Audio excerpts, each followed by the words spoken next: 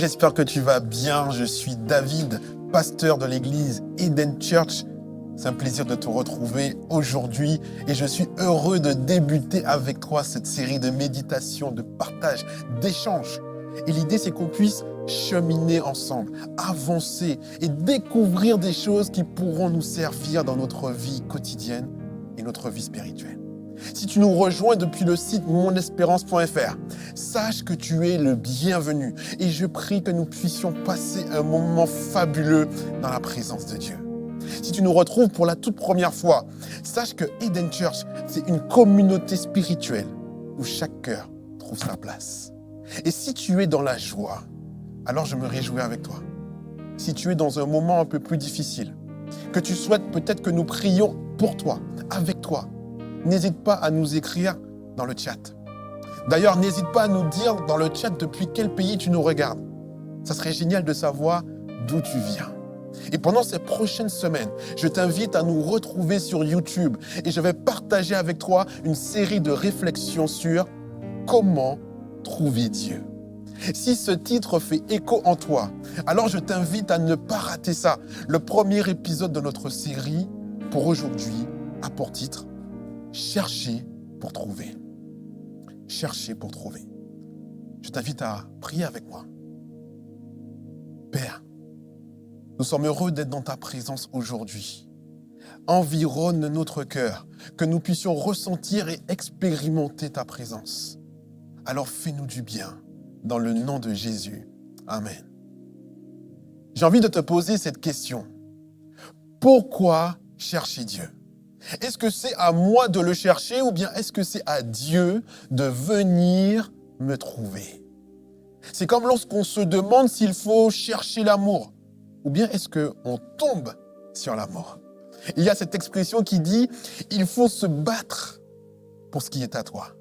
Et puis il y a cette autre expression qui dit « ce qui est à toi, personne ne pourra jamais te le prendre ». C'est un peu contradictoire, n'est-ce pas ? Mais je crois que lorsqu'il s'agit d'une question spirituelle, lorsqu'il s'agit de Dieu, je crois qu'il faut être intentionnel. Il faut être dans une dynamique de recherche. Ça me fait penser à une émission que je regardais à la télé il y a quelque temps déjà. Il y avait des personnes qui parcouraient des kilomètres et des kilomètres pour se rendre dans des lieux spécifiques, des lieux même parfois déserts. Et ces personnes étaient des chercheurs d'or.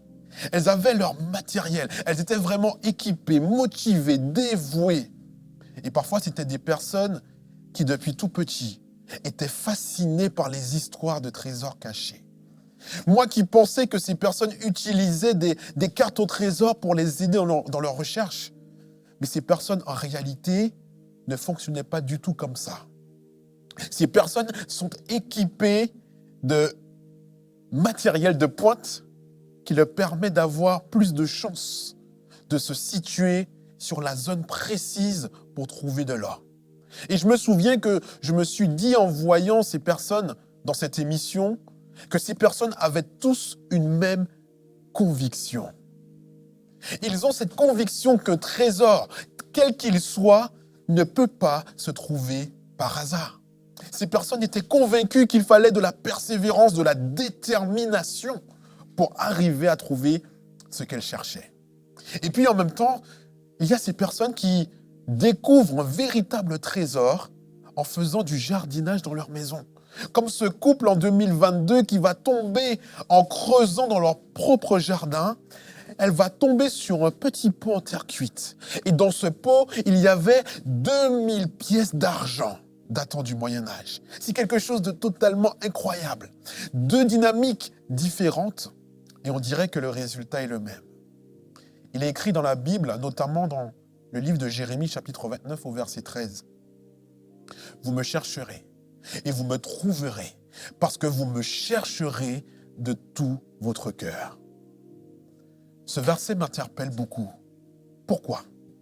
Parce que les deux mots « chercher » ne sont pas les mêmes dans le texte original. Et je ne vais pas te bassiner avec l'hébreu ou le grec, mais il faut savoir que la Bible, et plus particulièrement l'Ancien Testament, a été écrit en hébreu. Et le Nouveau Testament a été écrit, lui, en grec. Si tu veux creuser le sujet, je t'invite à te rendre sur le site monespérance.fr. Mais pour revenir sur ce texte de Jérémie, chapitre 29, verset 13, je lis en français un texte qui a été écrit initialement en hébreu. Et le fait est que ce verset de Jérémie, chapitre 29, est d'une richesse incroyable. Vous me chercherez et vous me trouverez parce que vous me chercherez de tout votre cœur. Ça veut dire quoi, chercher? Chercher en général, ça veut dire s'efforcer de découvrir, de trouver ou de retrouver quelque chose ou quelqu'un. Autrement dit, ça veut dire être dans une dynamique, dans une démarche. Et lorsque je cherche, je ne suis pas passif. Au contraire, je suis actif. Ça veut dire que je pose des actes concrets pour atteindre mon objectif. Certainement, le fait que tu sois connecté aujourd'hui, j'aime à penser que c'est un acte actif. Peut-être que c'est simplement de la curiosité. Tu te baladais sur YouTube et tu t'es dit, je vais regarder ça. Peut-être simplement que tu avais un peu de temps libre et tu as fait le choix de te connecter sur notre chaîne. Ou encore, peut-être que tu cherches véritablement Dieu. Mais il y a, quoi qu'il arrive, une démarche personnelle. Et c'est vrai que nous sommes dans une époque où il est facile d'avoir une information. En quelques clics, je peux avoir une information sur un sujet de manière rapide ou en allant peut-être sur ChatGPT. Je pense que beaucoup d'entre nous se reconnaissent pour dire, si j'ai une question, si j'ai une recherche à faire sur un sujet, je peux et je veux avoir la réponse à ma question en quelques secondes à peine. C'est clair. Sans faire trop d'efforts. Mais ce que j'aime avec la Bible, qui, je le rappelle, a été écrite il y a déjà plusieurs siècles maintenant, c'est que dans la Bible, notamment dans ce texte de Jérémie chapitre 29, il est écrit que si je veux trouver Dieu, si je veux le trouver, si je veux trouver le Dieu de la Bible, ça me demandera un effort. Il n'est pas précisé s'il s'agit d'un effort immense, quelque chose de fatigant ou pas, s'il s'agit d'un effort modéré. Néanmoins, selon la Bible, trouver Dieu nécessite un effort. Et la chose, c'est qu'il n'y a pas de substitution ou de procuration possible. C'est-à-dire que c'est à moi, personnellement, de me mettre dans une dynamique de recherche. C'est comme quand tu passes un examen, finalement, ou un concours. Tu ne peux pas t'appuyer sur la connaissance d'un proche, sur la connaissance d'un ami, sur la connaissance d'un collègue. Tu dois être toi-même dans une dynamique d'étude, de recherche et d'approfondissement. Alors on pourrait se demander, mais pourquoi? Pourquoi je dois me mettre dans une dynamique de recherche pour trouver Dieu? Pourquoi quelqu'un d'autre ne pourrait pas le faire à ma place? Tu veux savoir pourquoi? Simplement parce que Dieu veut entrer en relation avec toi. Dieu veut entrer en dialogue direct avec toi. Il ne veut pas que tu puisses le découvrir ou le connaître uniquement à travers quelqu'un d'autre. Parce que cette personne ou cette communauté ou ce collègue, ce voisin, ce pasteur qui t'aura aidé, qui t'aura parlé de Dieu, toutes ces personnes finalement qui ont une porte d'entrée, qui t'ont aidé à mettre un premier pas vers la personne de Dieu, ces personnes ne seront pas tout le temps présentes. Et Dieu veut que tu sois en pleine capacité de nouer, de tisser un lien avec lui, de vivre une relation avec lui. Et j'aime bien cette image d'un enfant qui apprend à faire du vélo. Au début, on lui met 2 petits trous supplémentaires. Et là, tu commences déjà à visualiser la scène. 2 petits trous supplémentaires pour l'aider à trouver son équilibre. Et puis, il va apprendre doucement. Ensuite, on le tient, on le stabilise et il continue de pédaler, d'évoluer à son rythme. Jusqu'au moment où cet enfant pourra de lui-même pédaler et se diriger vers la destination qu'il souhaite aller, sans l'aide de personne. Et ça, c'est le cours normal de la vie. Finalement, c'est un peu la même chose avec Dieu. Dieu veut créer une relation directe avec toi. Ça veut dire quoi, créer une relation avec Dieu? Surtout que vous allez me dire, mais David, je ne vois pas Dieu. Hein? Il n'est pas fait de matière comme toi et moi. Alors ça veut dire quoi? Créer une relation avec Dieu. Créer une relation avec Dieu, ça signifie établir un lien personnel, un lien profond, un lien authentique avec Dieu. De la même manière que je peux entrer en relation avec les personnes qui m'entourent, cette connexion avec Dieu, elle reposera sur des échanges. C'est-à-dire dans des discussions entre Dieu et moi. Waouh! Alors là, tu vas me dire, mais David, comment tu fais pour discuter avec Dieu? Très bonne question. Voici une réponse simple que je te donne. Je discute, je parle à Dieu, comme je le ferais avec mon proche ami, comme je le ferais avec mon frère. En tout cas, comme je le ferais avec quelqu'un que j'estime extrêmement fiable. Je parle à Dieu dans ma tête, dans mon cœur. C'est-à-dire que je parle à Dieu dans le silence. Et je sais que dans mes silences, Dieu entend. Je peux tout lui dire. Et le simple fait de m'adresser à lui tranquillise mon cœur. Sincèrement. Si tu ne l'as pas encore expérimenté, je t'invite vraiment à faire cette expérience. Parle à Dieu. Dis-lui tout ce que tu as sur le cœur. Dis-lui tes joies, dis-lui tes peines, dis-lui tes angoisses, dis-lui tes questionnements et tes doutes. Parle à Dieu. Je te dis un secret, Dieu aime t'entendre lui parler. Ne le répète à personne.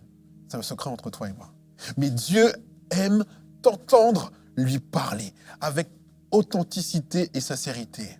Lorsque je crée une relation avec Dieu, lorsque je rentre dans une connexion avec Dieu, cela suppose de la confiance, de l'amour, de l'engagement intentionnel. Vous me chercherez et vous me trouverez parce que vous me chercherez de tout votre cœur. Autrement dit, il faut que j'y mette du cœur. Il faut que je sois sincère dans ma démarche avec Dieu. Même si je suis perdu dans tout ce qui se passe dans ma tête, même si la spiritualité, c'est quelque chose qui me dépasse, mais je suis en recherche. Si j'y mets mon cœur et toute ma volonté, je peux t'assurer que Dieu te répondra. Parce qu'il peut arriver que je me sente perdu, démuni face aux multiples questions que je peux avoir sur Dieu notamment. Et parfois, je peux me sentir comme submergé par toutes les questions et les émotions qui me traversent lorsqu'il s'agit de Dieu. Mais cependant, si j'ai cette envie forte de trouver, de rencontrer Dieu, il faut que mon cœur lui soit totalement ouvert. Oui, lorsque tu vas te lancer avec tout ton cœur dans la recherche de Dieu, je peux t'assurer que tu vas trouver Dieu. Mais je peux également te garantir que trouver Dieu va littéralement bousculer ta vie. Et parfois, nous ne sommes pas toujours prêts à vivre ça. Découvrir Dieu va littéralement bousculer ta vie. Pourquoi? Parce qu'à partir de cet instant, il ne s'agira plus de vivre que pour toi-même et par toi-même, mais tu auras cette pensée qui viendra dans ton esprit. Qu'est-ce que Dieu penserait de ce que je fais? Est-ce que Dieu est d'accord avec les actes que je suis en train de faire? Est-ce que ce que je fais va plaire à Dieu? Des questionnements qui étaient finalement absents jusqu'à maintenant. Ces questionnements vont devenir la norme. Mais je te rassure, tu vas y trouver beaucoup de paix et beaucoup d'amour. Parce qu'auprès de Dieu, on ne manque jamais de paix, on ne manque jamais d'amour. Tu vas découvrir une forme d'épanouissement, de sérénité qui est incroyable. Ça, je peux te le garantir. Est-ce que tu es prêt à rechercher Dieu? Est-ce que tu es prêt à le rechercher de manière intentionnelle? C'est la question que j'ai envie de te poser pour aujourd'hui. Est-ce que tu es prêt à réfléchir sur la portée de rentrer dans une relation particulière, mais surtout authentique et sincère avec Dieu? Alors, comment faire pour être intentionnel dans ma recherche avec Dieu? Et finalement, dans la relation que je souhaite, que je veux avoir avec Dieu. Oui, David, tu me parles, mais je me demande comment je fais pour rentrer volontairement dans cette relation avec Dieu. C'est très simple. La lecture de la Bible. Et même, j'ai envie de dire, lorsque tu prends ton temps pour méditer, pour réfléchir, pour questionner ce qui est écrit dans cette Bible, Car on peut lire la Bible comme un roman et on peut passer à côté de plein de choses. Mais lorsque je médite sur un texte, sur un verset de la Bible, encore une fois, je me place dans une dynamique particulière. Je suis dans une intention particulière. Première chose. Deuxième chose, la prière. La prière peut et la prière va m'aider à vivre une relation particulière, une relation singulière avec Dieu. La louange, troisièmement. La louange est un élément on va prendre le temps de développer ce qu'est la louange parce que c'est quelque chose de tellement profond. Il y a tellement de choses à dire sur ce sujet. Et je voudrais aussi remercier le groupe de louanges qui nous accompagne aujourd'hui. Mais la louange, la reconnaissance, le fait même de chanter, oui, même si je me trouve dans des difficultés. Lorsque je me mets à chanter, alors, moi non plus, je n'ai pas forcément une belle voix, mais ce n'est pas ce qui compte. Le fait de louer Dieu va m'aider à vivre une relation forte, une relation solide avec Dieu. En simple, plus tu passes du temps avec Dieu, plus tu apprends à le connaître, plus tu apprends à discerner la voix de Dieu. Toi qui m'écoutes aujourd'hui, la Bible est en train de te dire, la Bible est en train de me dire, à moi aussi, qu'il y a finalement une méthode pour trouver Dieu. Je prends ce texte de Ésaïe, chapitre 55, verset 6. Il est écrit que « Recherchez le Seigneur, puisqu'il se laisse trouver. Appelez-le, puisqu'il est proche. » C'est un peu comme quand je joue à cache-cache. Vous connaissez ce jeu, n'est-ce pas? Lorsque je vais jouer à cache-cache avec ma fille, je me cache, mais pas trop. Je m'arrange pour qu'elle arrive à me trouver à un moment donné. Parce que certainement, si elle ne me trouve pas, elle pourrait se décourager et abandonner. Surtout à cet âge-là. Mais surtout, le but pour moi, c'est de me mettre à son niveau. C'est un peu comme ça que Dieu agit envers nous. Dieu se laisse trouver. Et je crois que ça, c'est magnifique. Dieu se laisse trouver. Et si le Seigneur est un Dieu qui se laisse trouver, alors j'ai envie de te dire, pourquoi ne pas le chercher? Pourquoi ne pas le chercher intentionnellement? Ouvre ton cœur à la recherche de Dieu, sans oublier qu'on ne peut pas trouver Dieu sans son aide. Oui, car Dieu nous est inaccessible si nous ne comptons que sur nos propres forces, si nous comptons que sur notre propre intelligence, que sur notre propre sagesse ou notre propre connaissance. En fait, on ne trouve pas Dieu par hasard. On ne trouve pas Dieu par nous-mêmes non plus. On le trouve parce que Dieu se laisse trouver. Et ça, c'est la beauté de l'Évangile. Toute la Bible, toute l'histoire de la Bible va révéler un Dieu infini, inaccessible, qui se rend proche de nous et qui finalement se rend totalement accessible. Dieu laisse des traces de sa présence dans sa création, dans la nature qui nous environne et au plus profond même de notre conscience. Lorsque tu réfléchis comme ça sur Dieu, tu te dis, mais forcément, il existe. Et comme summum, j'ai envie de dire, de cette révélation, j'ai envie de dire la cerise sur le gâteau, permets-moi l'expression. Le summum de la révélation de Dieu, c'est l'incarnation de Dieu. Je parle de Jésus. On aura l'occasion d'approfondir davantage, particulièrement ce sujet sur la personne de Jésus. Mais ce que je voudrais que tu retiennes, c'est que Dieu a fait le choix, intentionnellement, totalement libre, par amour. Dieu s'est approché de nous. Dieu s'est approché de toi, parce que Dieu se laisse trouver encore aujourd'hui. Est-ce que tu es prêt à le rechercher finalement? Est-ce que tu es prêt à vivre quelque chose de nouveau, mais surtout quelque chose de merveilleux, quelque chose qui va te bousculer en bien? J'ai envie de te laisser avec cette question-là et prends ce temps pour te poser cette question. Est-ce que j'ai envie de rechercher Dieu de manière totalement sincère et intentionnelle? Et avant de conclure doucement ce moment de réflexion, j'aimerais justement avoir un temps de prière avec toi. J'aimerais prier pour toi, Alors là où tu te trouves, chez toi, arrête tout ce que tu fais et prie avec moi. Notre Dieu, notre Père, j'ai envie de te remercier, Seigneur, parce que tu te laisses trouver. Et tu as envie que je te trouve. Tu as envie que nous te trouvions. Mais tu nous demandes, Seigneur, de faire ce petit pas.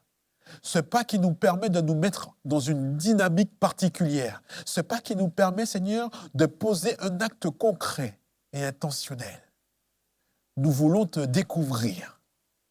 Mais est-ce que nous prenons le temps de te chercher? Tu veux te révéler à nous. Tu veux te révéler d'une manière toute particulière dans ma vie. Et Seigneur, je sais, Seigneur, que tu vas te révéler parce que nous voulons nous mettre à ta recherche. Donne-nous cette soif, cette envie de te découvrir. C'est ma prière au nom de Jésus. Amen. Chers amis, on se retrouve dans quelques jours, très bientôt, sur YouTube. Et d'ici là, n'hésite pas à t'abonner à notre chaîne YouTube et à nous suivre sur Instagram, eChurch Eden, pour ne rien manquer de toutes nos actualités. J'ai déjà tellement hâte. Alors je te dis à très bientôt et que Dieu te garde.